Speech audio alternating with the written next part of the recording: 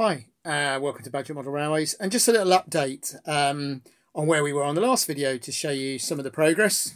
So we've now got paint and scatter on the hills, which is blended in quite nicely. It's difficult to show on the camera, but as it dries it goes all different colours. And that was done through our usual technique. So we put neat PVA on after it's been painted, obviously, the hill, scatter. And when the scatter's nearly dry, I put a dilute mix on. And that means it goes quite hard when it dries, and also you don't get scatter flaking off. So that's been done. And obviously I've also put a little bit of ballast just to the sides of the rail to blend the track bed and the ballast mat into the sides of the hill. And we've done the same up there on the curve. So next plan then is we're working on this bit of the hill. So what I've done is I'm building the embankments, because these are going to be grass embankments. And I learnt from Cyril Freezer in an old book of his right back in the 1950s, rather than fill it all full of paper mache, I'm just putting some cardboard in there to provide some, take the space up. And then what I'm doing is this is just a little pad, because I don't want it too bumpy. And then we'll fill in paper mache over there. And you can see we've begun what will be a much lower, flatter hill through there. And then I'll have to start deciding on how I'm putting the village and this sort of thing, and start thinking about what's going to be over here.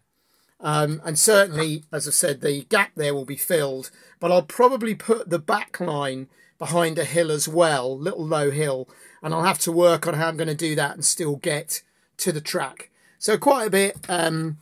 You saw the planning last time, so not a lot of progress. But I thought I would just show you a quick little video, because a lot of people ask, how do we do things?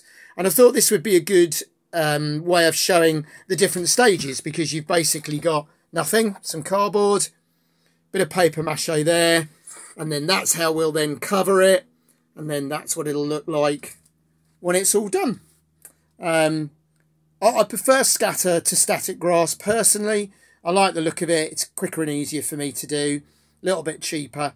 I don't have a problem with it. It won't be to everybody's taste, but I think once it's done, it looks quite convincing. And certainly if you look at the areas from the previous layout, from this distance, one of our kind guys that comments a while ago said, you know, it's all about effectively the sort of 2-inch rule, 2-foot rule rather. What does it look like from 2 foot away? Static grass looks wonderful when you're right up against it, but most of the time I'm looking at this layout from a couple of feet away. So that just gives you an idea then of what the hill will look like when it's all dry. I've got my little stone circle there, my mini Stonehenge from Fiberboard. We've got a load more trees cheap from China, bulk bought, so that we can do a hill over the other side. And there we go. So not a lot, just a quick video, but I just wanted to show you the progress on that. And then that might slow down a little bit, because I've got to work on what's tucked under here, which is the exhibition layout, because that's got to be ready by May. So I need to get a bit of work done on that. Stop mucking about with N and get on with some 00 exhibition and my shed.